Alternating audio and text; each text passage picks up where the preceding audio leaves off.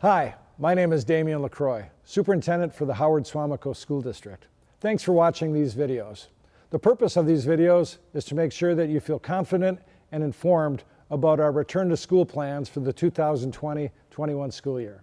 Let's shift gears and talk about social distancing. It's another strategy we have influence over, and can you elaborate on that? How does social distancing add value to safety in schools? And I think it's related to what you just mentioned. Yeah, we want to be far enough apart like we are today. You want to not spend more than 15 minutes with somebody if you're not as far as you need to be. And we can do a lot in educating and getting our kids ready for that today.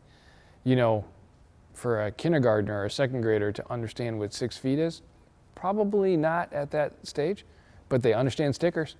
They understand markings, and they're rule followers. And you've seen them line up for the most part. Right.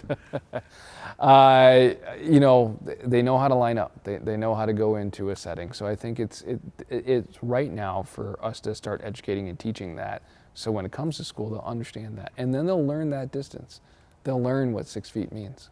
So really there's behavioral change, right, that we're instituting, and somebody asked me recently if over the course of my 30-year career I had anything to compare this to, and really I don't. I know some have likened it to Katrina, others have likened it to 9/11, and whether it was Katrina or 9/11, there were practices put in place, particularly after 9/11. You know, when you go through an airport now, for example, where it's just, you know, it's a different behavioral pattern that's expected. So is this any different in that regard? You know, I think it is, because number one, you know, after 9/11, things changed. We got used to it, and unfortunately, we kind of stopped talking about it.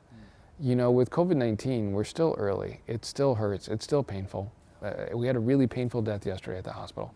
You know, somebody under the age of 50, and you start thinking about that, and it's still very emotional, and it's constantly in the press.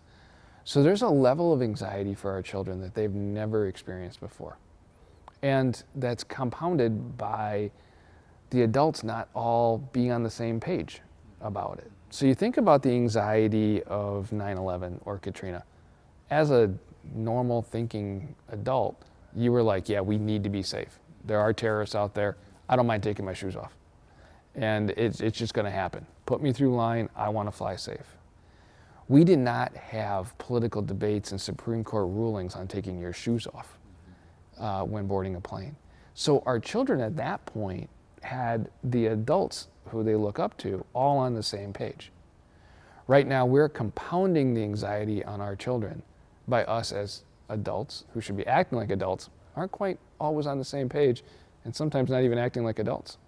That's a great point, and if nothing else comes out of this video series, I hope there's a call to action whereby Howard-Suamico can really lead the way, and we can come together as a community on this, and you know, schools and medical health partners and parents and families can be at the crossroads of change. So thanks for mentioning that.